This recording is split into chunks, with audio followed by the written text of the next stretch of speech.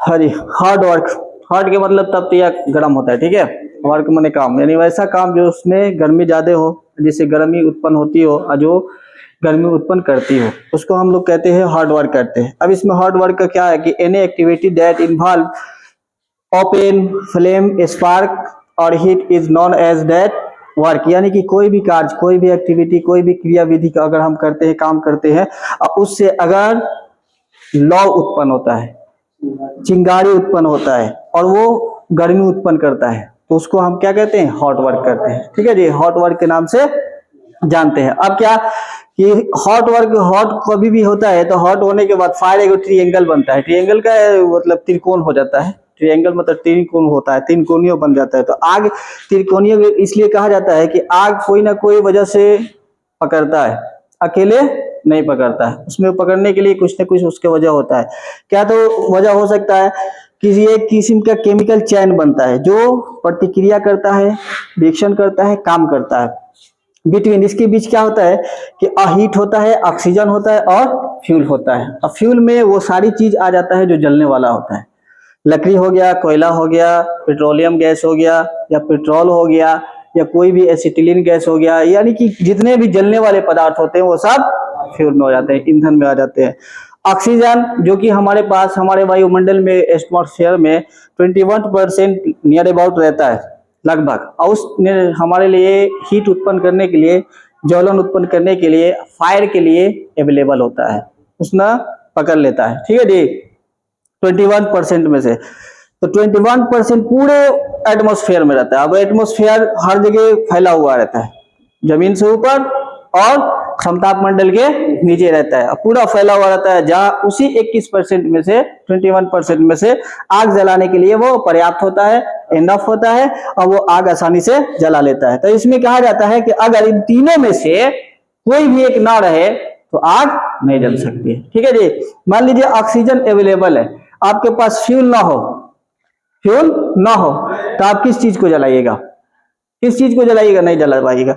आपके पास ऑक्सीजन भी हो, फ्यूल हो, उसमें हीट उत्पन्न ना करे, क्योंकि हीट जब तक नहीं होगा कोई भी चीज जल नहीं सकता है। हीट उत्पन्न होता है तभी जाकर के वो फायर का एक स्टेज आता है। अब स्टेज आने के बाद इसमें आगे आएगा कि जब कोई चीज हम कच्चा भीगा हुआ हो, गीला हो, वेट हो, तो वेट अगर चीज को जलाने जाते हैं तो बहुत देरी के बाद जलता है। सूखा वाला चीज होता है तो ऐसा नहीं कि जो चीज जलने वाला है डायरेक्ट ही जलने लगता है, नहीं, वो जलने से पहले जितना उसे हीट की नीड होता है, जरूरत होता है, वो पहले नीड तक अपना फ्लेम पहुंचता है, वहां तक जब उसे मिल जाता है तब वो जलना प्रारंभ करता है। जैसे सूखी लकड़ी को, कोयले को, पेट्रोलियम गैस को, एल्कोहल को, स्पीड जो होता है, इसको अगर जलाना होता है तो क्या करते हैं, जब हम उसे आग देंगे तो आग देने के साथ, चिंगारी देने के साथ वो जब जलेगा तो जलने के साथ ही साथ उतना हीट उसे जितना चाहिए फायर उत्पन्न करने के लिए, तब उतना हीट मिलेगा तब वो उत्पन्न करेगा, नहीं तो वो नहीं कर सकता है। तो इसलिए हीट रहना जरूरी है। हीट अगर नहीं हो, सिर्फ ऑक्सीजन और फ्यूल हो तो भी वो फायर नहीं पकड़ सकता है। अगर ऑक्सीजन और हीट हो लेकिन फ्यूल नहीं हो तो भी फायर नहीं पकड़ सकता। अगर हीट हो, फ्यूल हो, ऑक्सीजन ना हो, ये तो संभव ही नहीं है कि आग पकड़ ले। हाँ जी, तो वहां ऑक्सीजन, कुछ ऐसे पदार्थ होते हैं जो हीट थी टेम्परेचर ज्यादा लेते हैं, कुछ ऐसे पदार्थ होते हैं जो टेम्परेचर नहीं लेते। ऑक्सीजन के साथ मिलकर के, जैसे सोडियम हो गया, पोटेशियम हो गया, ये ऑक्सीजन के साथ, इनको अगर कहीं भी जल के साथ भी अगर रख दिया जाता है तो ये जलना प्रारंभ कर देते हैं, जलना उत्पन्न कर देते हैं। इसलिए उनको क्या किया जाता है, केरोसिन तेल में डुबा के रखा जाता है, पानी के साथ नहीं, क्योंकि पानी में ऑक्सीजन है, ऑक्सीजन से वो अभिक्रिया कर लेते हैं और रिएक्शन करने के बाद वो अपने आप जलाने की जरूरत नहीं है, दिया सलाई की कोई जरूरत नहीं है, वो अपने आप जल उठते हैं। इसलिए उनको क्या कहा जाता है, फास्फोरस है, वो फास्फोरस है। फास्फोरस को भी आसानी से ऑक्सीजन के साथ दूर रखा जाता है, उनको दूर रखा जाता है ताकि ऑक्सीजन के साथ मिलेंगे तो मिलने के बाद वो विस्फोट होता है। फास्फोरस को अधिकतर बमों में इस्तेमाल किया जाता है, क्यों, अच्छी तरह से बांध दिया जाता है ताकि ऑक्सीजन से बहुत दूर है। जब ऐसे उन्हें हीट मिलता है तो क्या किया जाता है, पलीता बनाया जाता है ना, वो तो पलीता क्या होता है, जलते जलते जलते जलते जाता है, हीट पहुंचाता है। हीट जब पहुंचता है तब जाकर के वो विस्फोटक बनता है, विस्फोट बनता है। और नहीं तो ये केमिकल चैन एक होता है, इस केमिकल चैन के तहत किसी भी फायर को उत्पन्न करने के लिए सबसे जरूरी होता है ऑक्सीजन, हीट और फ्यूल का। ठीक है, क्लियर। अब ये फायर जब हो जाते हैं तो या फायर या हॉट वर्क करने में हमें कुछ कुछ खतरे आ सकते हैं। अब क्या खतरे आएंगे कि इसमें फायर अगर होगा ज्यादा तो उसमें हीट बहुत ज्यादा होगा। अब कहीं आग जलता हो, गर्मी का जैसे दिन है, वहां अगर हम काम करेंगे, जैसे भट्टी वाले काम करते हैं ना, लोहा तपाते हैं, तो कितना उनको मुश्किल होता है, उनका पंखा के या हवाओं के जरूरत पड़ जाता है। अगर हम इस तरह से गर्मी में मौजूद होकर के काम करते हैं तो अभी तो सूरज का टेम्परेचर या हमारे वातावरण का टेम्परेचर की वजह से हमें ये हाल होता है। तो हीट जगह पर अगर या जिस जगह पर बहुत ज्यादा हॉट हो, पूरा एटमोस्फेयर ही हीट हो, तो वहां पे काम करना बहुत ही मुश्किल है। आज जब हम कोई काम कर रहे हैं उससे हमें किसी किस्म का अगर हीट उत्पन्न होता है, जैसे मान लीजिए ग्राइंडर चला रहे हैं, चिंगारी उत्पन्न हो जाएगा। वेल्डिंग कर रहे हैं उसमें से लौ उत्पन्न होता है, क्योंकि बगैर लौ के तो आर्क के तो ज्वाइंट कर ही नहीं सकता है। तो हॉट वर्क में अधिकतर वह आर्गन वेल्डिंग, वेल्डिंग ये सब आता है। ठीक है जी, आर्गन वेल्डिंग और वेल्डिंग यही आता है, क्योंकि हर जगह इसका जरूरत है। हॉट वर्क कन्फाइंड स्पेस में जाएंगे इसका जरूरत पड़ सकता है, बगैर कन्फाइंड स्पेस की जगह पर जाएंगे इसको कहीं भी ज्वाइंट करना होता है, वेल्ड किया जाता है। वेल्ड के मतलब ही, वेल्डिंग के मतलब ही होता है ज्वाइंट करना। ठीक है, तो उसमें फायर और एक्सप्लोजन, कोई भी चीज जलती है तो गर्मी उत्पन्न करती है, हॉट उत्पन्न करती है। कहीं भी विस्फोट होता है वो भी गर्मी उत्पन्न करती है। ठीक है जी, विस्फोट होगा तो भी गर्मी, और अगर फायर होगा, आग जलेगा तो भी गर्मी उत्पन्न होता है। उसके बाद वेल्डिंग फ्यूम्स एंड, तो इससे क्या होता है, अगर एक बैग कहीं से जलना शुरू हो गया, आग लग गया, तो आग हमें फायदा थोड़ी पहुंचाता है, हर तरह का नुकसान ही पहुंचाता है। जिस जहां पे लगेगा उसको तो जला के खत्म कर देगा। अगर कोई वस्तु में लग जाए, कोई जगह पे लग जाए, तो उसे जला करके नष्ट करता है। कहीं भी विस्फोट होता है तो विस्फोट होने के बाद उस जगह को तहस नहस कर देता है। तो इससे हीट होता है, इससे खतरा होता है, इससे हमें किसी भी किस्म का फायदा नहीं पहुंचता है। अधिकतर आग लग जाता है फैक्ट्रियों में, चाहे घर में, गोदामों में, कहीं भी लग जाता है, तो उसे बुझाने के लिए हमें अलग से इंतजाम करना पड़ता है कि हम क्या करें, पानी का फुहारा दे या डीटीपी का उसे छिड़काव करें या CO2 गैस का छिड़काव करें, ताकि हम आग पर कंट्रोल पा ले और अधिक चीज जो नुकसान हो रहा है उसे हम नियंत्रण कर ले। विस्फोटक चीज जो होते हैं अधिकतर जहाँ पे वेपन बनते हैं तो वहां पे बहुत ही संभाल करके हैंडलिंग किया जाता है। केमिकल हैंडलिंग आएगा चैप्टर आपको लोगों को पढ़ने के लिए, तो उसमें भी बताया जाएगा कि केमिकल का कोई भी चीज को कैसे उठाया जाता है, कैसे हटाया जाता है, कितना सॉफ्टली के साथ, कितना सेपरेट के साथ उसको उठा करके हम एक जगह दूसरी जगह, क्योंकि वो अगर गिरेगा तो हो सकता है कि वो विस्फोट हो जाए, विस्फोट होकर के हमें नुकसान पहुंचा सकता है। उसके बाद वेल्डिंग फ्यूम और डस्ट, कभी भी ज्वाइंट होता है, वेल्डिंग होता है तो उसके साथ क्या होता है, उसका गंध आता है, गंध उत्पन्न होता है। जैसे जो रॉड होता है, वेल्डिंग रॉड होता है, या वेल्डिंग नहीं होता है, natural gas, compressive gas use किया जाता है वेल्डिंग करने के लिए। आर्गन वेल्डिंग जो होता है ना, गैस से होता है। और ये साधारण जो वेल्डिंग होता है वो एक रॉड होता है, वो रॉड में बहुत सारे केमिकल के बना हुआ रहता है। वो केमिकल खतरनाक होते हैं, जहरीले होते हैं। उन केमिकलों को, उसका प्रभाव ऐसा होता है कि अगर वेल्डिंग कोई कर रहा है, हम नजदीक से देख ले तो हमारे आंखों में उसका इफेक्ट पड़ जाता है, आंख हमारे दुखने लगेगा, स्ट्रेस बढ़ जाएगा आंखों में, आंख के में जलन होना शुरू हो जाएगा। क्यों हो जाएगा? क्योंकि उसका गैस हमारे आईज में जाता है, और आईज में ऑलरेडी हमारे पास एक एसिड होता है, आईज में एसिड होता है। एसिड जो आंसू होता है ना, तो आंसू क्या है, उसमें एसिड रहता है। जो किसी के साथ अगर यानी कोई अतिरिक्त केमिकल अगर जाता है तो जाने के बाद वो जब रिएक्ट करता है, तो रिएक्ट करने के बाद उसका जो रिजल्ट आता है, जिसकी वजह से हमें जलन होने लगती है। वो रिएक्ट करेगा तो वो रिएक्ट हमारे लिए सही नहीं होगा, तो हमें जलन करेगा। और रिएक्ट कर रहा है, कोई चीज आया, जैसे पानी डालते हैं हम लोग आंख में, कोई ऐसे क्रिया नहीं होता है, साधारण निकल जाता है, रिएक्ट करके निकल जाता है, कोई ऐसा प्रभाव इफेक्ट नहीं पड़ता है। लेकिन कोई अगर गर्म गैसों का अगर कोई फ्यूम चला जाए, सुगंध चला जाए, या उसका धूल कण चला जाए, तो उसके रिएक्ट से हमारे आंख पर जो जलन होती है, पीड़ा होती है, टिश होता है, उसका अलग प्रभाव पड़ता है, तो वो हमारे लिए खतरा पहुंचा सकता है। तो वेल्डिंग फ्यूम हो, यानी कि उसका धुआं हो, वेल्डिंग धुआं, और उसका डस्ट जो हो वहां से निकलता हो, उत्पन्न होता हो, उसके वजह से हमारे स्वास्थ्य को हानि पहुंचा सकता है। आंख पर अगर पड़ेगा तो आंख पर, अगर हम उस फ्यूम को बार बार हम सांस के प्रक्रिया से अंदर ले रहे हैं ऑक्सीजन के साथ, तो लेने के साथ साथ हमारे अंदर के जो रेस्पिरेटरी सिस्टम होता है, श्वसन क्रिया होती है, उसको प्रभावित करेगा और धीरे धीरे हमारे फेफड़ों को डैमेज करना शुरू कर देगा। तो ये हमारे स्वास्थ्य के लिए हानिकारक होते हैं और हमारे स्वास्थ्य पर ये बुरा असर डालते हैं। उसके बाद skin and eyes burn from the spark. कभी स्पार्क अगर सबसे ज्यादा हो रहा है, सबसे ज्यादा स्पार्क हो रहा है, स्पार्क मतलब चिंगारी जिस चीज से निकल रहा है, वेल्डिंग करने में निकले या चाहे ग्राइंडर से किसी चीज को काटने में निकले, या कोई भी चीज पदार्थ एक दूसरे से टकराती है और टकराने वाली मेटल चीज अधिकतर होती है, तो उससे या कोई भी मेटल की वजह से चिंगारी अगर निकलती है, चिंगारी और उसका लौ जो होगा, लौ जो फैलते जाएगा तो उसका इफेक्ट ऐसा पड़ता है कि उससे हमारे स्किन पर पड़ेगा। ठीक है, स्किन पर, जैसे ग्राइंडर से कोई चीज हम काटेंगे तो काटने के साथ साथ उस उड़ेगा वो, क्योंकि मेटल को जब काटेगा तो मेटल कटने के साथ साथ उसके जो कण होंगे, छोटे पार्टिकल होंगे, वो पार्टिकल उड़ते हैं और वो हीट के वजह से लाल हो जाते हैं।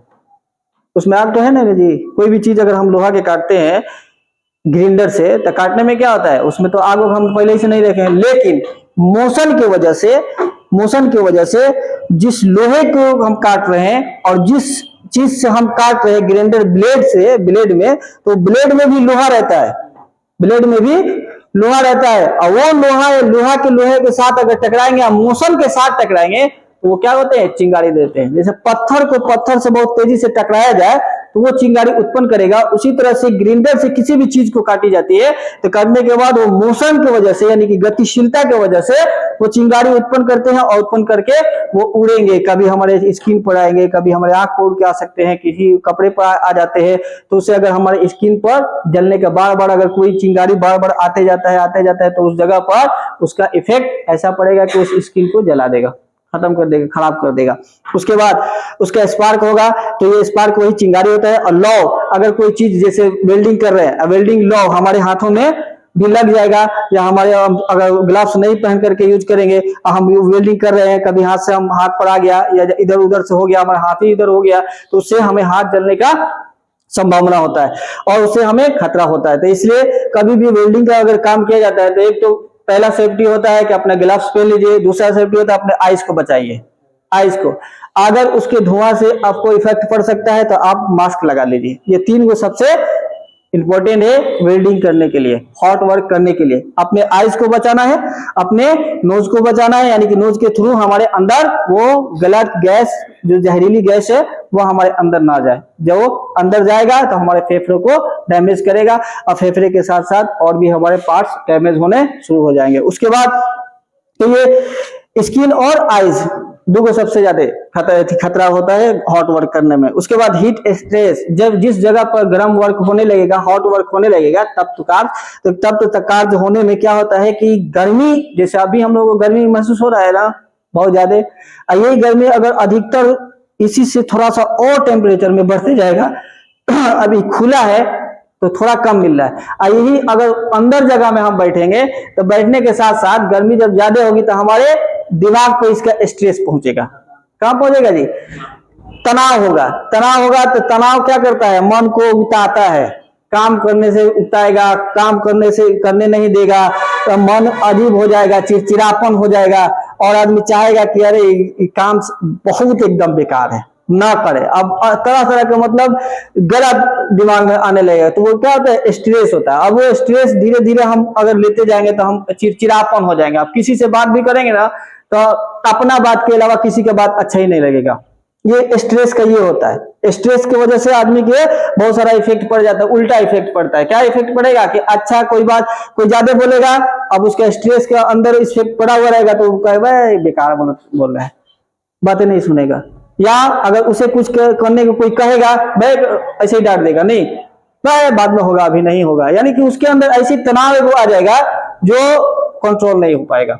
तो इस स्ट्रेस की वजह से हीट स्ट्रेस बहुत ही खतरनाक होता है, जो माइंड को अगर सबसे ज्यादा पहले अगर गर्मी हम सह रहे हैं, हमारी बॉडी सह रहा है, लेकिन दिमाग इसका असर पड़ता है दिमाग पर पड़ता है, ठीक है। माइंड को डिस्टर्ब करता है, और माइंड को डिस्टर्ब करने से थिंकिंग करने में डिस्टर्ब करेगा, वर्क के लिए सोचने में डिस्टर्ब करेगा, किसी चीज को टारगेट बनाने में डिस्टर्ब करेगा, और चाहेगा ये, यानी कि स्ट्रेस बढ़ता रहेगा, और बढ़ने के कारण हम लोगों को वो गर्मी इतनी ज्यादा हो जाएगी कि काम करने के लायक हम नहीं पड़ेंगे, हमारे मेंटलिटी खराब हो जाएगा। इस तरह से होता है।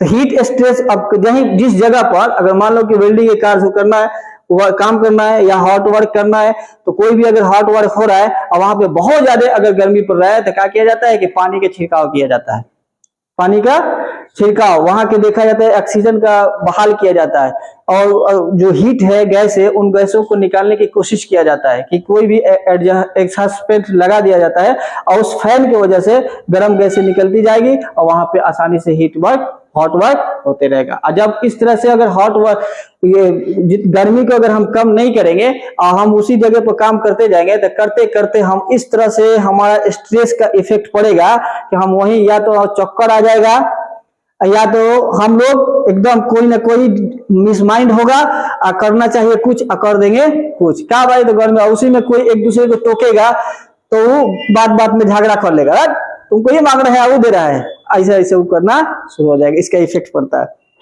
उसके बाद क्या होता है कि इंफ्रारेड, या इसको यूवी कहा जाता है अल्ट्रा वायलेट यानी कि परावैंगनी रेडिएशन यानी कि विकिरण होता है, ठीक है जी, विकिरण। अब रेडिएशन के मामला तो सुने होंगे बहुत सारे, एक फिल्म भी निकला था कि रेडिएशन के इफेक्ट से क्या भाई, तो टावर लगा रहे हैं इधर उधर, जहां भी 4G से 3G होगा, 3G से 4G हुआ, 4G से 5G हुआ, 5G हो रहा है, तो क्या भाई, तो रेडिएशन बढ़ रहा है, रेडिएशन की वजह से आदमी मर रहे हैं, जानवर मर रहे हैं, पक्षी मर रहे हैं, तो ये सब रेडिएशन सुने होंगे। रेडिएशन वास्तविक रूप में हम भी देखे इसका प्रभाव कि कहाँ पड़ता है। जैसे हम एक जगह गए थे पहाड़ पर बहुत बड़ा घूमने के लिए, तो वहां गए ना, तो बहुत सारा मतलब मौसम गड़बड़ हो गया, और बिजली चमकने लगी, और तरक ठंडरिंग भी होने लगा। होने के साथ साथ जो सर के बाल था ना, और वहां रेडिएशन ऐसा था कि जगह जगह पर एंगल खड़ा किया था लोग, जैसे पहाड़ पर चढ़ने, तो अगर कोई थक गया तो पकड़ करके खड़ा हो जाएगा, तो उस एंगल में से साउंड आ रहा था, एंगल जो लोहे का था उसमें से साउंड आ रहा था, और सारे जितने भी आदमी ऊपर चढ़े हुए थे, लगभग 2-4 दर्जन आदमी थे, सब के सिर के बाल एकदम खड़ा, टाइट, एकदम खड़ा और टाइट, रेडिएशन की वजह से। हाथ के बाल एकदम टाइट, खड़ा एकदम, मतलब ऐसा लगता था रेडिएशन का प्रभाव ऐसा था कि बाल है तो एकदम बाल, आवाज एक्स्ट्रा, मतलब कि ऐसा लगता था कि कहां से आवाज आ रहा है, साउंड बढ़ते जाता है। यानी कि तो रेडिएशन अल्ट्रावायलेट क्या होता है कि जब कोई चीज विकिरण जब गति करती है ना, तो विकिरण गति करने में ऐसा लगता है कि वो एक दूसरे से टकराते हैं, कण एक दूसरे से टकराएंगे तो उनमें से साउंड निकलता है, वही साउंड हमें बार बार सुनाई देगा। तो हीट स्ट्रेस में ऐसा भी होता है कि हम लोग कोई साउंड एगो सेट हो जाएगा, तो हम काम नहीं भी करेंगे ना, तो ऐसा लगेगा कि हम लोग का माइंड वहीं पर है, हीट स्ट्रेस पे आ जाता है इससे। तो अल्ट्रा वायलेट जो होता है, रेडिएशन होता है, तो ये जब परावैंगनी विकिरण जो होते हैं, वैसा विकिरण होते हैं जो बहुत ही तेज प्रभाव डालते हैं। अब ये इस विकिरण का यूज किया जाता है एमआरआई सिस्टम में। एमआरआई सुने ना जी, जो जांच होती है बॉडी को, जब बॉडी के कार्य करना बंद हो जाता है, कहीं कोई ऐसा डिमेरिट रहता है, खराबी रहता है, और उसको पता लगाना होता है, जैसे नस का दब जाना, या ब्रेन में कोई कमी आ जाना, या चक्कर आना, क्यों हो रहा है, तो ये हम लोग का जो माइंड होता है, दिमाग होता है, वो दिमाग का जुड़ाव स्पाइनल कार्ड से लेकर के यहाँ रीढ़ की हड्डी तक ले पूरा जुड़ाव होता है।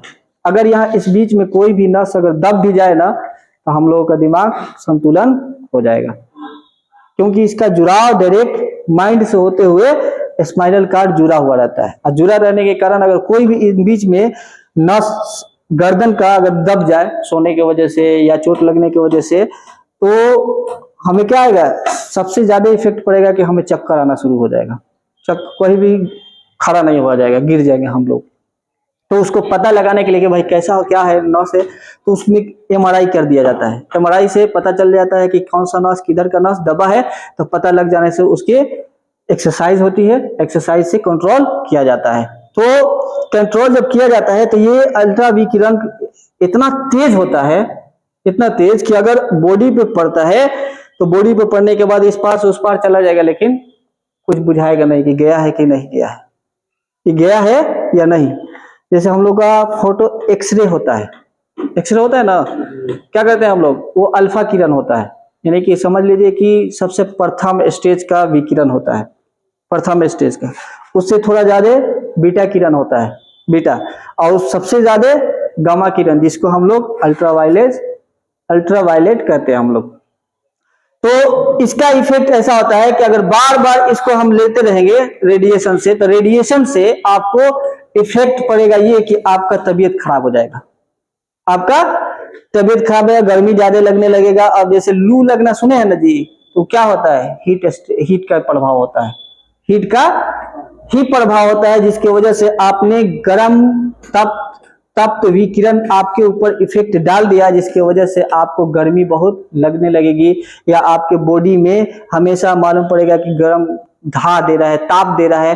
तो वो सब होता है, यानी कि जिस जगह गर्मी वाले जगह पर हम ज्यादा अगर काम करेंगे तो काम करने की वजह से हमें इसका अल्ट्रावायलेट से खतरा हमेशा बना रहेगा। जैसे धूप अभी जिस तरह से हो रहा है, इस जगह पर अगर हम कोई खुला वातावरण में कोई बराबर काम करता रहे, अब बगैर कोई सेफ्टी से, जैसे टोपी ना लगाए, सर में हेलमेट ना लगाए, तो उसको बार बार इफेक्ट पड़ेगा। स्किन पर भी इसका इफेक्ट अगर पड़ता है, स्किन को खराब करने लगता है, स्किन को अंदर छेद करके ये तरह तरह के मतलब खुजली, नोचनी, ये तरह शुरू कर देगा धूप में काम करने से। तो धूप में क्या होता है कि विकिरण जो होता है वो विकिरण अपना इफेक्ट डालते हैं। तो अल्ट्रारेड उसको, यानी कि ये अल्ट्रारेड कहे या उसको अल्ट्रा वायलेट विकिरण कहे, ये विकिरण निकालते हैं from the welding arc. Welding arc जो होते हैं वो आर्क से भी हमें इस तरह का विकिरण प्राप्त हो जाते हैं, ठीक है, जो हमारे लिए खतरनाक है। इलेक्ट्रोकॉशन, अब जो भी वेल्डिंग वर्क होगा वहां तो इलेक्ट्रिसिटी का रहना जरूरी है, बगैर इलेक्ट्रिसिटी का वो नहीं चलता है, ठीक है। तो उससे हमें झटके मिल सकते हैं, अगर हम थोड़ा लापरवाही करेंगे तो उससे बचने की हमें जरूरत है कि उसके झटके से, उससे हमें सावधानी रखना जरूरी है। अगर सावधानी नहीं बरतेंगे तो उससे हमें हो सकता है कि कोई किस्म का खतरा हो सकता है। उसके बाद फ्लाइंग पार्टिकल, जो भी हम अगर काम कर रहे हैं, कटिंग का अगर कर रहे हैं, कटिंग का कर रहे हैं, या हम ज्वाइंटिंग का काम कर रहे हैं, वेल्डिंग का काम कर रहे हैं, तो उसकी कुछ पार्ट जो होते हैं, कण होते हैं, उससे हमें बचना है कि अपने आंखों को बचाना है, ठीक है जी। जैसे काट रहे हैं, काटने में अगर छटक के लग जाएगा तो लगने पर हमें खतरा देता है, चोट दे देगा, कट सकता है, फूट सकता है, और जो कण होंगे वो उड़ करके हमारे आंखों में आ सकते हैं। तो इससे कहा जाता है कि फ्लाइंग पार्टिकल यानी उड़ते कणों से हमें बचने की जरूरत है, ठीक है। नहीं तो अगर आंख अधिकतर ग्राइंडर चलाने से उसके जो कण होते हैं ना, अगर हम चश्मा ना पहन करके हम यूज करेंगे तो उसके कण जो होंगे वो उड़ते हैं, उड़ेंगे। जैसे लकड़ी काटे हम आरी से, तो आरी से हक्से से अगर हम काटते हैं तो लकड़ी के कण नीचे पड़ जाता है, क्योंकि उसमें प्रेशर कम रहता है। और उसी लकड़ी को अगर ग्राइंडर से काटा जाए तो देखिएगा वो उड़ने लगेगा। क्या होता है, उड़ने लगेगा, उड़ेगा तो हमारे आंख में जाएगा, हमारे मुंह में जाएगा, हमारे नाक में जाएगा, हमारे कई जगह पर यानी कि बॉडी पर आ जाता है। और उसी तरह से, क्योंकि जब कोई कटर करेंगे हम किसी लोहे के पार्ट को, तो कटर करेंगे, काटेंगे, अगर उसे कटिंग करेंगे तो कटिंग करने में उसके जो पार्टिकल्स होंगे, कण होंगे, वो तो उड़ेंगे, क्योंकि वो मोशन पीरियड में कट रहे हैं। तो मोशन पीरियड में अगर कटेंगे, गतिशीलता के कारण कटेंगे, तो वो उड़ेंगे। अब किधर जाएंगे, वो तो कहेंगे नहीं कि हम सब नीचे जा रहे हैं, कि हम उधर जाए, वो उड़ेंगे। अब किधर उड़ेंगे, ऊपर उड़ेंगे तो आंख बचाने की जरूरत पड़ेगा, मुंह बचाने की जरूरत पड़ेगा, अधिकतर आंख में पड़ जाते हैं।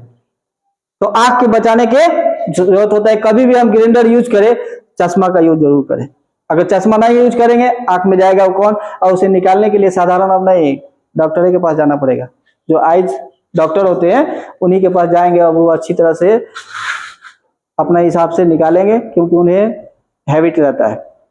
इधर हम क्या करेंगे, अगर अपने एक दूसरे को हेल्प करेंगे तो निकलेगा, नहीं तो वो लोहा का कण है और हम लोग उसे खराब कर देंगे, तो इसलिए उसको बचना पड़ता है। उसके बाद ट्रिप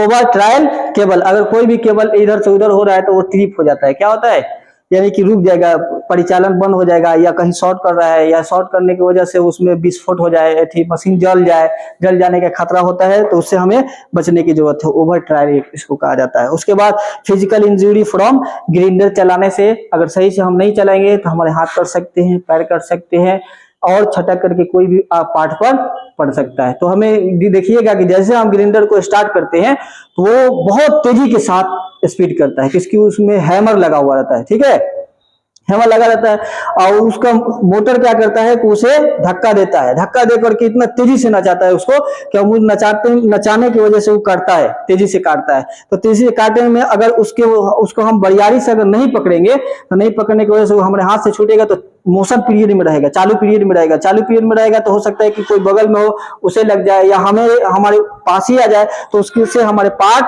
कट जाते हैं, हमें इंजूर्ड कर देते हैं, हमारे खराबी कर देते हैं। उसके बाद हो सकता है कि अदर टूल कोई भी अगर हम यूज करते हैं, अगर सही से नहीं करेंगे तो हो सकता है कि हमें चोट लग जाए उससे, या हमारे बॉडी को नुकसान पहुंचा दे, काट दे, कट जाए। तो अधिकतर देखिएगा कि ग्राइंडर से लोगों का हाथ कट ही जाता है, क्योंकि वो स्पीड में होता है, और उसका ख्याल अगर नहीं करेंगे, पहले सही से अगर नहीं पकड़ेंगे, थोड़ा सा भी स्लिप करेगा तो फेंका जाएगा, फेंकाएगा, आप किधर फेंकाया, या तो आपको कटेगा, और नहीं तो किसी कोई दूसरा उसके साथ रहेगा तो उससे कटेगा। तो ये सब खतरे होते हैं हॉट वर्क करने में, ठीक है जी।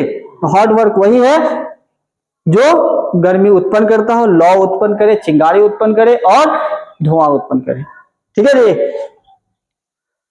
उसको रोक दीजिए ताकि आगे अब लिख दीजिए इसमें। वो था आपका हाजर्ड था, ठीक है, यानी खतरे था कि वो खतरे आ सकते हैं हॉट वर्क करने में। अब यहाँ कह रहा है कि आपको यहाँ कंट्रोल दिया जाए कि हॉट वर्क को करने में हमें किसी चीज का, यानी कि उसके पर नियंत्रण रखना हमें कितना जरूरी है, कितना नहीं जरूरत है, ठीक है जी।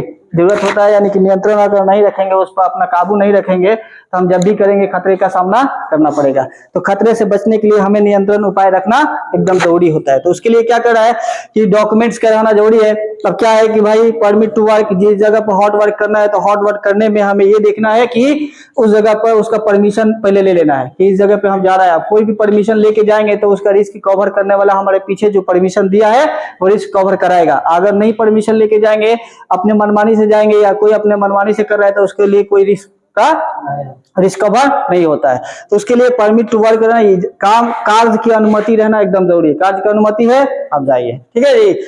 उसके बाद मेथड स्टेटमेंट एंड टीआरए। तो मेथड क्या है कि विधि विवरण होता है, और विधि विवरण किसको कहा जाता है, जो कार्य करने के लिए तैयार किया जाता है कि हाँ ये कार्य करना है, इस जगह पे करना है, कैसे करना है, कब करना है, कितना करना है, कब कब करना है, क्या क्या उसमें खतरा आ सकता है, क्या नुकसान आ सकता है, क्या उसमें हमें खतरों का सामना करना पड़ सकता है, उस खतरों से बचने के लिए हम क्या उपाय करना है, ये सब सारे स्टेटमेंट इसमें रहता है। उसको कहा जाता है टीआरए, यानी कि टास्क रिस्क असेसमेंट, यानी कि कार्य करने में किसी भी किस्म का रिस्क आ रहा है तो उसका हम आकलन कर लेंगे, नोटिस कर लेंगे, नोट कर लेंगे, नोट करके हम गिनती करें कि हाँ भाई वहां पानी की सुविधा चाहिए, वहां ऑक्सीजन की सुविधा चाहिए, वहां टूल्स की सुविधा चाहिए, और यहाँ हमारे लिए उपलब्ध कराना पड़ेगा अच्छी तरह से कि वहां हॉट ज्यादा हो जाएगा, तो उस हॉट को निकालने के लिए हमें सब जितने भी खतरे होंगे ना जो वर्क करने में हमें आएंगे, उन सारे खतरों को नोटिस कर लिया जाता है, करके बता दिया जाता है कि ये खतरे वहां कार्य करने में, इसको अगर हटा दे तो हमारे लिए बहुत ही बेनिफिट और फायदामंद होगा। उसके बाद टीआरए का मतलब ये होता है जो आगे वाला खतरा आने वाला है उसको हम पहले ही नोट करके बता देंगे। हाँ, टीआरए का मतलब यही होता है कि जो भी खतरा हमें नजर आ रहा है अपने अनुभव से, उसे हम नोट कर लेंगे। नोट करके हम अगर कोई कमी दिखाई दे रहा है और उसको पूरा करना जरूरी है, जैसे अभी बताया आप लोगों ने कि पानी रखना जरूरी है, उसी तरह से उसको नोट कर लिया जाता है। नोटिस कर लेंगे, नोटिस करके देखेंगे कि इसमें क्या चीज की कमी हो सकती है, या कौन कौन चीज की कमी हो सकती है यहाँ वर्क करने में, हॉट वर्क। तो वहां अगर मान लीजिए कि गर्मी ज्यादा है, ऑक्सीजन की कमी हो जाएगी, तो वहां पानी छिड़कना जरूरी हो जाएगा, तो वहां ये सब चीज नोटिस करके और उपलब्ध करा लिया जाता है, ठीक है। उपलब्ध करा लेंगे तो कार्य वहां करने वाले को कोई किस्म की दिक्कत नहीं होगा और वो आसानी से कार्य कर लेगा। उसके बाद welding machine third party certified. अब थर्ड पार्टी क्या होता है कि जो आदमी कर रहा है वो सर्टिफिकेट के साथ वेल्डिंग मशीन है, अब जहां से लिया है वो सर्टिफिकेट वाला है कि या चोरी का है, ये देखा जाता है। अब वो सर्टिफिकेट अगर चोरी का लिया है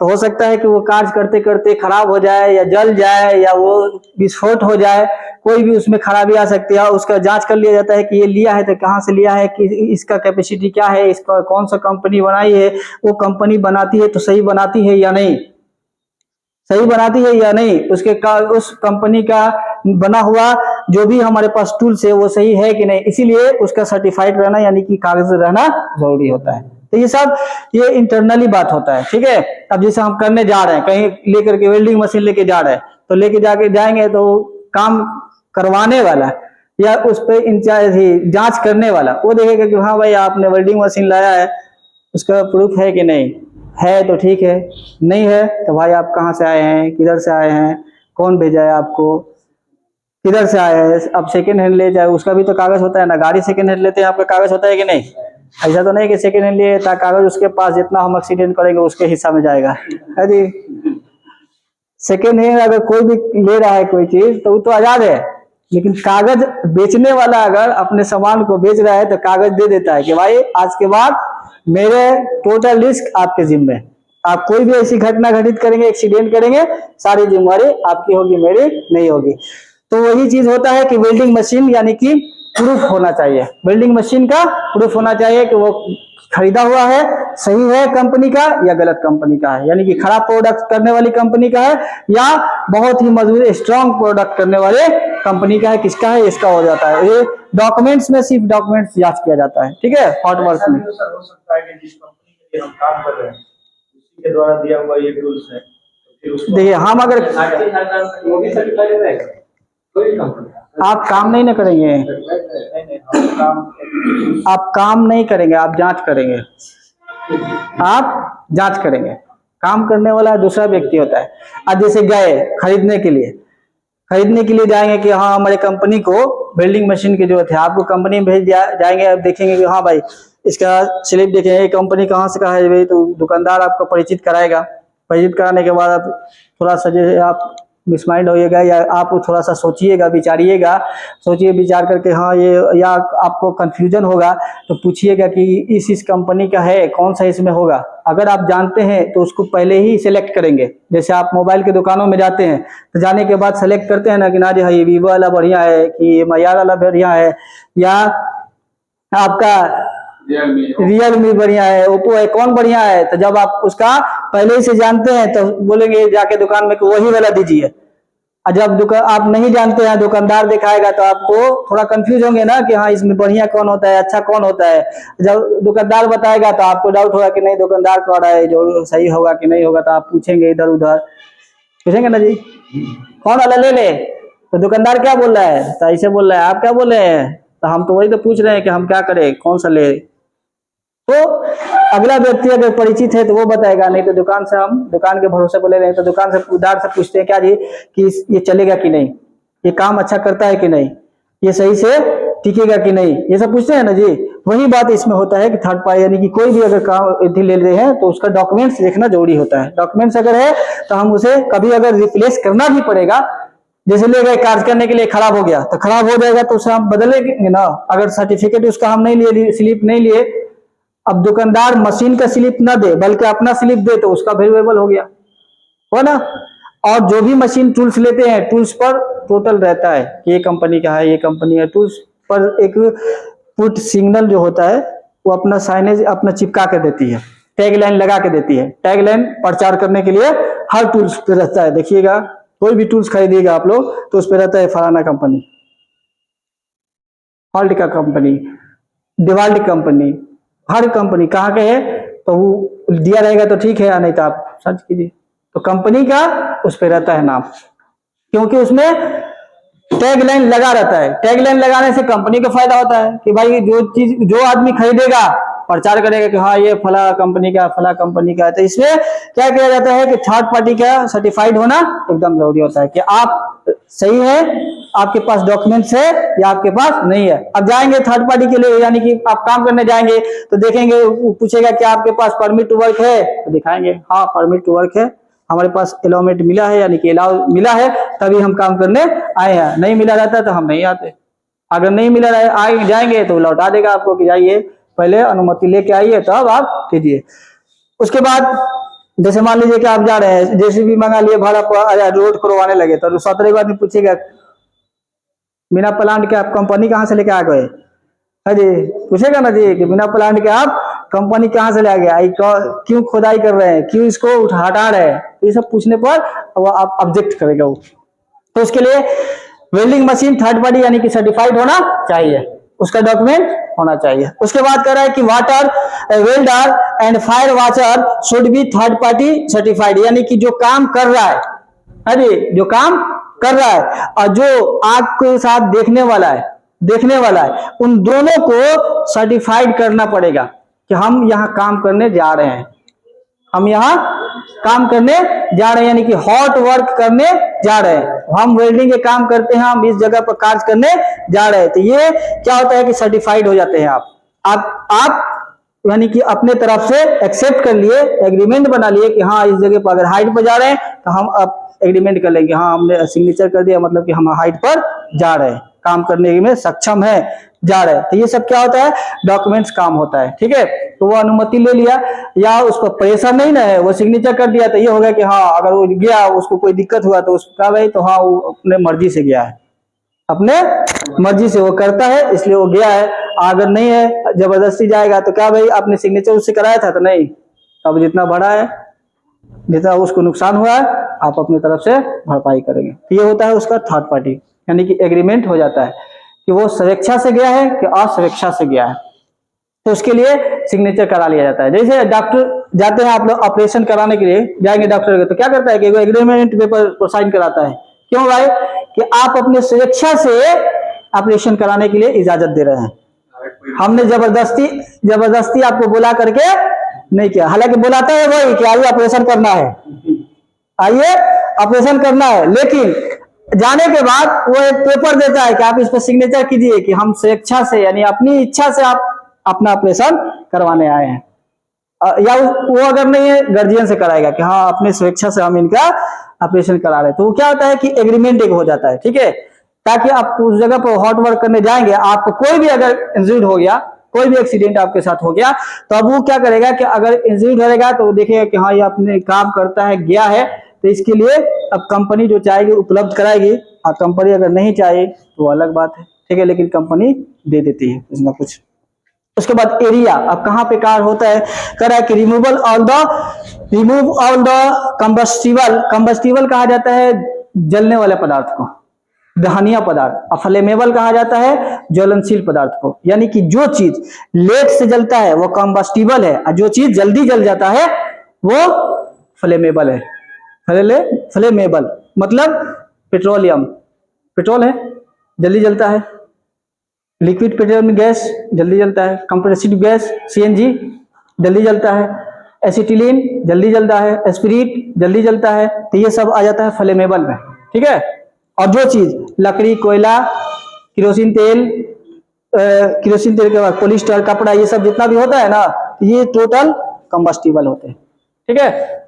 तो कह रहा है कि remove all the combustible and heavy oil deposit, यानी कि अगर भारी कोई ऐसी गैस व तेल है तो उस तेल को भी वहां से हटा लेना है, और जितना भी दहनीय पदार्थ है, जैसे कपड़ा अगर उस जगह पर है तो कपड़ा हटा लीजिए, लकड़ी है तो लकड़ी हटा लीजिए, अगर केरोसिन तेल का डिब्बा रखा है तो उसको हटा लीजिए, हटा करके तब वहां कार्य कीजिए, नहीं तो हो सकता है कि इस अर्क के वजह से वो आग लगने का संभावना हो सकता है। इसका डिपॉजिट ऑफ द एरिया, यानी कि उस एरिया से आपको हटा लेना है, एरिया से, and contain the spark with fire blanket, अगर आप हटा नहीं सकते हैं तो आप कोई तिरपाल से उसको ढक दीजिए 8 मीटर की दूरी पर, ठीक है जी।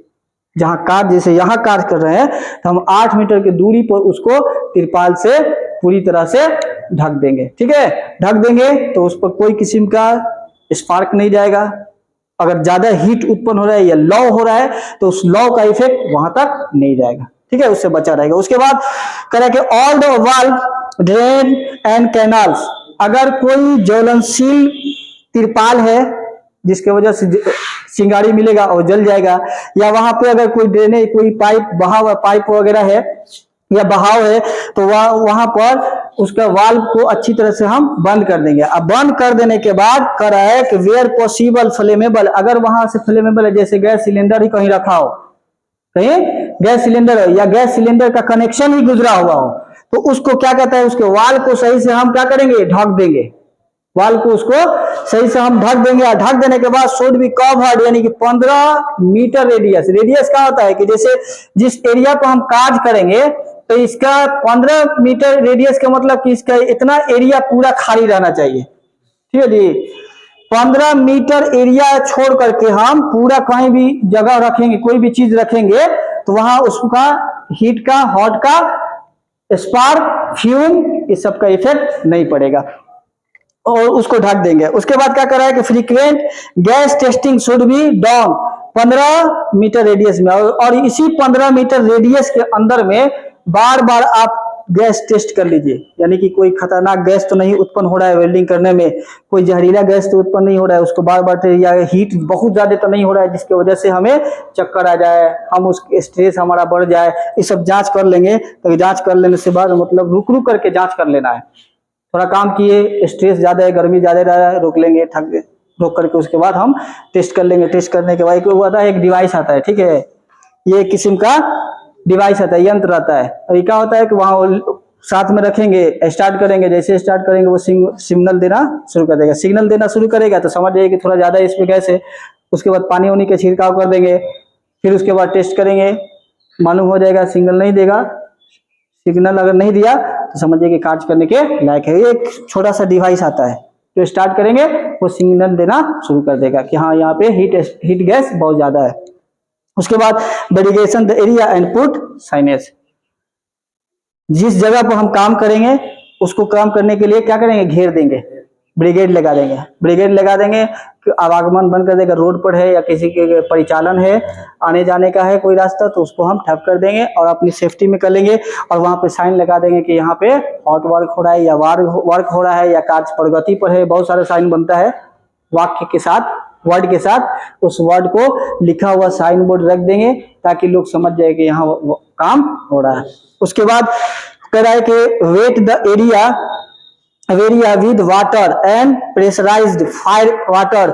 अगर मान लीजिए कि वहां पे आग हीट बहुत ज्यादा हो रहा है तो क्या करेंगे कि हम पानी का फुहारा डालेंगे, पानी का फुहारा। अगर आग बहुत ज्यादा मतलब हीट बहुत ज्यादा अगर हो गया है तो हम उस जगह पर फायर एक्सटिंग्विशर रखेंगे कि हो सकता है कि बहुत ज्यादा अगर वो फ्लेमेबल चीज अगर कांटेक्ट में आ गया, जैसे गैस सिलेंडर को बहुत ज्यादा हीट वाले जगह पर नहीं रखा जाता है, हीट वाले जगह पर रखेंगे ना तो रखने के बाद वो हीट की वजह से उसके अंदर जो लिक्विड है उसके पार्टिकल अंदर हीट हो जाएंगे। हीट हो करके वो अंदर ही मोशन करने लगेंगे। मोशन जैसे ही करेंगे तो उसमें प्रेशर बनेगा। प्रेशर बनते बनते अगर नहीं कंट्रोल नहीं हुआ तभी वो ब्लास्ट कर जाते हैं।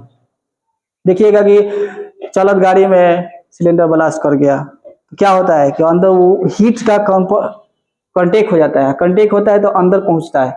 बाहर से अगर उसका सिलेंडर अगर हीट हुआ, बाहर से हीट होगा तो अंदर भी हीट होगा, क्योंकि आग हीट जो होता है कहीं भी फैल जाएगा। हीट के फैलने का कोई रास्ता नहीं होता है। वो अगर एक उसका परत पे लगा, आंतरिक परत पे जब हीट पहुंचा तो गैस उसमें मौजूद है, गैस भी हीट हो जाएगा। हीट जैसे ही होगा वो ब्लास्ट करेगा, क्योंकि उसका प्रेशर, उसका वाल्व जो होता है, रेगुलेटर जो होता है वो तो बंद है। रेगुलेटर खुला रहेगा तब ना वो गैस जो हीट है वो निकल जाएगा। रेगुलेटर बंद रहेगा, अब प्रेशर बढ़ते जाएगा तो उसी की वजह से वो ब्लास्ट कर जाता है, फूट जाता है, क्योंकि वो निकलना चाहेगा, रास्ता बंद है। हम लोग का ये बंद कर दिया जाएगा, निकलने के लिए कोई ना कोई उपाय करेंगे ना, या तो इसको तोड़ेंगे नहीं तो दीवार तोड़ेंगे, वो भी रहेगा कुछ तब ना, नहीं तो कुछ ना कुछ तोड़ के तभी बाहर निकलेंगे। वही गैस करता है कि वो जब मोशन करेंगे तो मोशन होते होते वो प्रेशर बना लेते हैं। इतना उसमें प्रेशर बन जाता है कि एक बल काम करने लगता है, उसी बल से वो अटैक करते हैं, ब्लास्ट करके बाहर भाग जाते हैं। तो वो कह रहा है कि जिस जगह पर कार्य कर रहे हैं ये देखना है कि अगर वो भींगा है तो वहां पे तो भींगा है तो अभी नहीं करना है, क्योंकि अगर ज्यादा भींगा रहेगा तो हो सकता है कि फॉल्ट लग जाए या इलेक्ट्रिक का शॉर्ट लग सकता है, तो उससे भी हमें बचना है। और अगर प्रेशराइज वाटर हाउस रहता है, हाउस किसको कहा जाता है, जैसे कहीं भी वाटर का फायर फाइटिंग का कनेक्शन रहता है और एक जगह का किया जाता है कि एक इसी तरह से एक रील होता है, रील हाउस रील कहा जाता है। वो क्या करता है कि टोटल जितना पाइप रहता है ना बड़ा, उन सब पाइपों को अपने में, हाँ ये इसको कहा जाता है वाटर हॉस रील कहा जाता है, जिसमें पाइप को लपेट करके अपने में रख ले तो वो हॉस रील हो गया। अब पाइप को क्या कहता है, हॉस कहा जाता है, हॉस हॉस कहा जाता है, लेकिन वो हाँ हॉस, तो हॉस होता है, ये हॉस होता है, और ये जो लपेट लिया है ये हॉस रील होता है। तो हॉस रील अगर है तो उस जगह पर हम हॉस रील को क्या करते हैं, खींचते हैं और इसका प्रेशर डाउन करके हम उस पर छिड़काव कर देंगे और जो हीट होगा वहां से हीट कम हो जाएगा।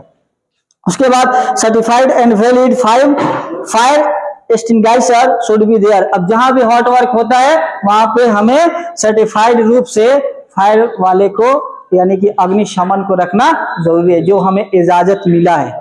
सर्टिफाइड का मतलब है जो हमें इजाजत मिला है उसको हमें रखना है। जब ज्यादा अगर आग वगैरह लगने का संभावना या लग गया है तो वहां पे हम उसको यूज करेंगे। अगर नहीं रहेगा तो आग लग जाएगा, हम देखते रहेंगे कि हाँ क्या क्या जल रहा है, तो इसलिए हमें रखना जरूरी होता है। जैसे ये हो गया, ठीक है, सिलेंडर एक्सटिंग्विशर। अभी देखेंगे कि आग लग गया, स्टार्ट हो गया, फटाक से उठाएंगे, पिन खींचेंगे, प्रेशर दबाएंगे, एकदम निशाना बहान के छिड़काव शुरू कर देंगे। ये होता है। उसके बाद इसमें इक्विपमेंट होता है, यानी कि हॉट वर्क करेंगे तो इसी तरह तो नहीं ना जाके बढ़ जाएंगे, होते रहेगा नहीं। उसके लिए क्या है, करने के लिए हमें टूल्स की जरूरत पड़ता है, इक्विपमेंट की जरूरत पड़ता है, उपकरण की जरूरत पड़ता है। तो उपकरण की जरूरत पड़ेगा तो उसके लिए क्या करें कि वेल्डिंग मशीन जो है वो एक उपकरण हो गया, ठीक है, वेल्डिंग करने के लिए। उसके बाद वेल्डिंग मशीन शुड बी 35 यानी कि थर्ड पार्टी सर्टिफाइड, यानी कि जो यूज करता है वो पहचानित होना चाहिए। ऐसा नहीं कि चोर चुरक का कोई भी आकर के वेल्डिंग करके चले जाए। जो व्यक्ति यूज कर रहा है वो हमें सर्टिफाइड होना चाहिए, अरे यानी कि उसके बारे में हम जानते हो या वो कंपनी का आदमी हो, ठीक है। उसके बाद GFI, जब हॉट वर्क किया जाता है तो हॉट वर्क करने में इसका यूज किया जाता है, या कहीं भी वर्क करेंगे ग्राउंड से अगर रिलेटेड वायर होगा ग्राउंड में अगर सटने से या पृथ्वी मिट्टी में मिल जाए, सट जाने से शॉर्ट सर्किट होने का डर हो या झटके होने का, शॉक होने का डर हो, तो उसको क्या किया जाता है कि सप्लाई की वजह जगह पर ये GFCI यानी कि ग्राउंड फॉल्ट सर्किट इंटरप्टर ये हमारे एक सुरक्षा उपकरण होता है। जैसे अगर ग्राउंड में कोई तार शॉर्ट कर गया, टच कर गया तो टच कर जाएगा, और उससे अगर धारा प्रवाहित शुरू हो गया, करंट आना शुरू हो गया, वोल्टेज बनना और झटके आना शुरू हो गया, तो ये क्या करेगा कि उसको अगर वेल्डिंग मशीन यूज करते समय इसको उसी में ज्वाइंट कर देंगे तो कर देने से ये अगर कहीं भी फॉल्ट होगा तो ये सप्लाई रोक देगा, ये हमारी सुरक्षा देगा। और जो भी अधिक वोल्ट होगा उन सारे वोल्ट को जमीन में भेजते जाएगा, हम लोग को पता भी नहीं लगेगा। ओवरलोड जैसे अर्थिंग का यूज क्यों किया जाता है, वो अर्थिंग से हमें फायदा होता है। अर्थिंग को सेकंड फ्यूज कहा जाता है, सेकंड फ्यूज, क्योंकि वो हमारी सुरक्षा करता है।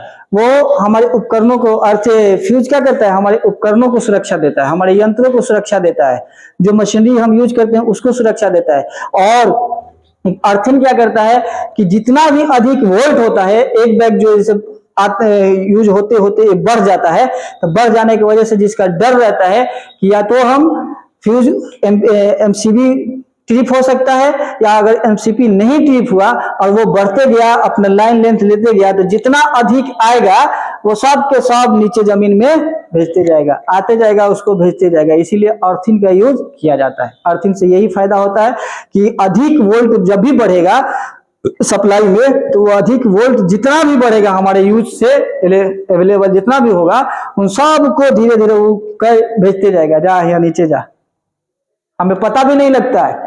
लेकिन अगर हम यूज किए रहते हैं उसको तो उसका प्रभाव हमें वही मिलता है, वही फायदा देता है, वही सुरक्षा करता है। तो इसी के लिए यानी कि मशीन जब भी हम यूज करेंगे वायर जिस जगह पर, तो उसके लिए क्या, क्योंकि मशीन तो नीचे रहता है ना जी, मशीन नीचे रहता है। नहीं तो अगर कहीं ऊपर ले गए हैं काम करने के लिए, ज्वाइंट करने के लिए, जैसे ब्रिज के एंगल वगैरह ये सब ज्वाइंट किया जाता है, स्काफ फोल्डिंग बनाने के लिए ज्वाइंट किया जाता है, तो उस जगह पर ले जाएंगे तो क्या करेंगे, मशीन ग्राउंड में रहेगा, अगर एंगल पर आ रहा है तो और दिक्कत है। तो उस जगह पर हम क्या करेंगे कि GFCI का यूज करेंगे, या ELCB ये भी होता है, अर्थ लीकेज सर्किट ब्रेकर, अर्थ लीकेज सर्किट ब्रेकर इसको कहा जाता है। और इसको ग्राउंड फॉल्ट सर्किट इंटरप्टर कहा जाए, यानी कि जैसे ही ये टच करेगा ग्राउंड में उसके बाद सप्लाई रोक देगा। ये क्या करता है कि जैसे ही लीकेज क्या होता है कि मतलब कि कहीं जुड़ाव हो गया, कहीं सट गया, कंटेक्ट हो गया, तो जैसे ही कंटेक्ट होगा किसी भी मेटल के साथ या कहीं पृथ्वी के साथ, मिट्टी के साथ, कहीं पानी के साथ, तो उसके क्या करेगा, ये सप्लाई बंद कर देगा। और या इसको रखना जरूरी होता है। अगर नहीं रखा है कोई तो क्या करेगा कि ओवरलोड होगा, मशीन में जल जाएगा और मशीन पर लोड पड़ेगा, उसके अंदर कैपेसिटी है या नहीं कि हम बर्दाश्त करें, वोल्टेज पूरा दिया जाए और ले और ले और ले, और लेने का उसके पास कैपेसिटी नहीं है तो उड़ेगा नहीं, उड़ेगा, अड़ ही नहीं सकता है, वो क्या करेगा, जल जाएगा। तो इसको जलने से भी बचाएगा मशीन को और आपको झटके से भी बचाएगा। उसके बाद grounding of the welding machine, और कोई भी वेल्डिंग मशीन को ग्राउंड पर ही रखा जाता है, यानी नीचे ही रखा जाता है। तो नीचे रखने के लिए अगर ऊपर हम काम कर रहे हैं उसको भी हमें नीचे रखेंगे, तार की सहायता से उसे ऊपर ले जाएंगे। उसके लिए होता है ना, उसका पाइप होता है वेल्डिंग पाइप, तो उस पाइप को जोड़ करके हम ऊपर ले जाते हैं, तो इसको नीचे रखा जाता है। All cable must be properly double insulator. Insulator, double insulator का मतलब होता है कि किसी भी तार को डबल कवर होना चाहिए, डबल कवर। जैसे मान लीजिए कि वहां है वो 2 तार दिखाई दे रहा है ना, 2 तार, और उस तार को अगर एक दोनों को पकड़ करके एक और कवर रहता है तो उसको कहा जाता है डबल इंसुलेटर। ठीक है, जैसे मान लीजिए कि ये तार हो गया, कहाँ गया, ये 2 तार हो गया, इसको अगर हम इससे हम लपेट देते हैं, फिर एक दूसरा हो जाता है, दूसरा कवर हो जाता है, तो ये दोनों मिल करके डबल इंसुलेटर कहलाते हैं। ये सिंगल अगर रहेंगे, इस पर कवर है, तो ये सिंगल इंसुलेटर कहलाते हैं, यानी कि प्रथम आवरण और द्वितीय आवरण है, डबल आवरण, दोहरा आवरण है, इसको कहेंगे आवरण।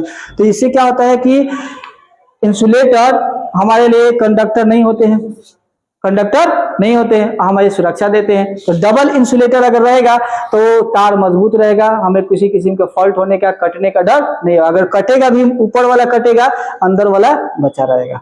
तो अगर एक ही इंसुलेटर का होगा तो हो सकता है कि कहीं कट जाए, हमें पता भी ना, हम लापरवाह हो जाए या उस पर ध्यान नहीं दिए, और वो जैसे हम यूज करने गए जाएंगे या कहीं टच हो गया, जलना ओवरलोड संपर्क कर लेगा, और वो अपना संपर्क बनाएगा, बनाने के बाद ओवरलोड शुरू या झटका होना शुरू, तो इसको रोक नहीं पाएगा। इसलिए इसको जब वो तार यूज किया जाता है तो डबल इंसुलेटर का यूज करना चाहिए, क्योंकि ऊपर वाला अगर कट भी गया कहीं तो नीचे अंदर वाला सेव करेगा। सही है, सुरक्षा। चलिए टाइम है, ठीक है। तो आदमी को बचने के लिए क्या कर रहा है कि fire watcher must be present, यानी कि आग को जलते हुए देखने के लिए, यानी कि जब जैसे ही आग लगे वो पीपुल का रहना वहां जरूरत है। जैसे हॉट वर्क पर कहीं भी अगर हॉट वर्क कार्य हो रहा है, काम हो रहा है, तो काम होने पर एक आदमी को जैसे फायर फाइटिंग वाले को रख दिया जाता है, ठीक है, कि जैसे ही आग लगने की संभावना या आग लग जाएगा तो आप जल्दी से वहां उस पर कंट्रोल पाने के लिए कोशिश करना। तो उसके लिए क्या है कि fire watcher must be present, यानी कि आग को देखने, जैसे ही आग पर नियंत्रण पाने वाला व्यक्ति को वहां उपस्थित रहना एकदम जरूरी है। उसके बाद welder should be are fire resistance leader. तो कह रहा है कि आज जब वेल्डर होता है, वेल्डर को अपने बचाव के लिए सेफ्टी पीपी को पहन करके रहना चाहिए। सेफ्टी पीपी में क्या है, ये इसको पीपी कहा जाता है, पर्सनल प्रोटेक्टिव इक्विपमेंट, यानी कि अपनी सुरक्षा उपकरण, व्यक्तिगत सुरक्षा उपकरण इसको कहा जाता है। जैसे हो गया हैंड ग्लव्स, इससे पहले भी हमने बता दिया है। और उसके बाद एप्रॉन्स कहा जाता है उसको, यानी कि वो सारी चीजें जो आपको सेफ्टी दे सकती है। जैसे आपको पूरा कवर कर ले, हॉट वर्क करने जा रहे हैं, जैसे कोरोना काल में डॉक्टर लोग, नर्स लोग क्या पहन रहा था, पूरा एकदम हेलमेट, गोगल, पूरा अपने आप को कवर कर ले। उसी तरह से अगर चाहे तो आप एप्रॉन यूज करें, एप्रॉन उसी को कहा जाता है, एप्रॉन। और फेस शील्ड, यानी कि चेहरे को ढकने वाला, यानी कि चश्मा का यूज कर ले, वैसा यूज करें कि देख सके। आप नहीं देख सकेंगे तो काम कैसे करेंगे, तो देख ले के लिए होना चाहिए, आप देख सके और आसानी से, यानी कि फुल बॉडी अगर कर सकते हैं, जरूरत है तो फुल बॉडी भी कीजिए, एप्रॉन यूज कीजिए। और अगर सिर्फ ग्लव्स की जरूरत है, ग्लव्स, चश्मे की जरूरत है, चश्मे यूज कीजिए। अगर मास्क की जरूरत है तो मास्क यूज कीजिए। अगर फेस शील्ड, यानी कि पूरा चेहरे को ढकना है, तो फेस शील्ड का हमें यूज करना पड़ेगा, यानी कि पूरा पहन लेंगे और यहाँ से आंख को छोड़ करके आंख को चश्मे लगा करके बाकी सबको एकदम ढक लेंगे तो कोई भी किस्म का स्पार्क वाला जो पार्टिकल्स है वो हम पर उड़ करके नहीं आएगा, हमारे आंखों में नहीं पड़ेगा, हमारे मुंह में नहीं पड़ेगा, हमारे नाक में नहीं जाएगा, यानी सारे उसके फ्यूम से भी बचेंगे डस्ट से भी बचेंगे और फ्लाइंग पार्टिकल से भी हम बचे रहेंगे, हम पर कोई किस्म का खतरा नहीं होगा। उसके बाद clean the area after job done, जब आप काम कर रहे हैं तो अच्छी तरह से सफाई कर दे, नहीं तो इसी तरह से आप रखते जाएंगे, रोज छोड़ते जाएंगे तो रोज आप ही को दिक्कत होगा। कभी स्लिप पड़ेगा, गिर जाएंगे, आप मुंह के भर गिरे तो मुंह से उठा लेंगे, कभी हो सकता है कि आप गिर जाए, पैर में लग जाए। तो इसीलिए जो भी उसके जैसे लोहा, जहाँ पे लोहा के दुकान होता है, लोग काम करता है वेल्डिंग का, काम करने के बाद क्या करते हैं, सबको बाहर करके सही से एक जगह अपना जो कबाड़ जमा करते हैं सबको जमा कर देते हैं, क्योंकि अगर वो पार्ट कटा हुआ हिस्सा हमें एक ही जगह पड़ा रहेगा और वहीं पे आप काम करेंगे, हो सकता है हाथे अभी इसे रखे, हाथे में हल गया या पैर में लग गया तो एक दूसरे से छटक करके, चोट लगने के बाद से वो छटक करके आपके ऊपर आ जाए या कोई व्यक्ति है वहां उसके ऊपर चला जाए। इसलिए जो भी पार्टिकल से काम करने के बाद उसको साफ कर दे, पुनः काम करे, फिर साफ करे, काम करे और काम करने वाला सफाई करेगा। हाँ मतलब इसे अब मान लीजिए कि आप जाएंगे वहां देखेंगे तो ये आपका ना काम है कि देखे कि साफ हुआ है कि नहीं। आज हाँ, ये आपका काम है। अगर गए हैं वहां देखेंगे कि काम करके चला गया है और साफ नहीं किया तो ये नोटिस आप करेंगे, वो थोड़ी करेगा, वो तो अपना काम का जिम्मेवारी है, काम किया अब साफ कराना। आप बोल के जाएंगे कि हाँ जाने से पहले सब साफ कर लेना, आप कह दीजिएगा, उसके माइंड में रहेगा कि हाँ हमें साफ भी करना है, और नहीं तो इसी तरह से छोड़ देंगे, आप नजरअंदाज कर देंगे। आपका ये जिम्मेवारी है कि आप उसे देख करके बताए कि कोई भी चीज वहां पार्टिकल छूटना नहीं चाहिए, सब जो भी अनयूज है सबको साइड कर दे। आप ऐसे बोलना पड़ता है। या कोई भी कहीं भी काम करते हैं, मटेरियल अगर है, ओ मटेरियल एक साइड कर दो, उसे आने जाने में हो सकता है कि दिक्कत होगा या परेशानी होगा, तुम टकरा जाओगे, तुम्हारे ये फायदे के लिए है। अब वो थोड़ी जानता है कि हमारे फायदे के लिए कि नहीं, लेकिन आप समझाएंगे, उसको बताएंगे, तब वो समझेगा हाँ ये हमें इससे खतरा हो सकता है अगर पड़ा रहेगा तो। ठीक है, गर्मी में इतना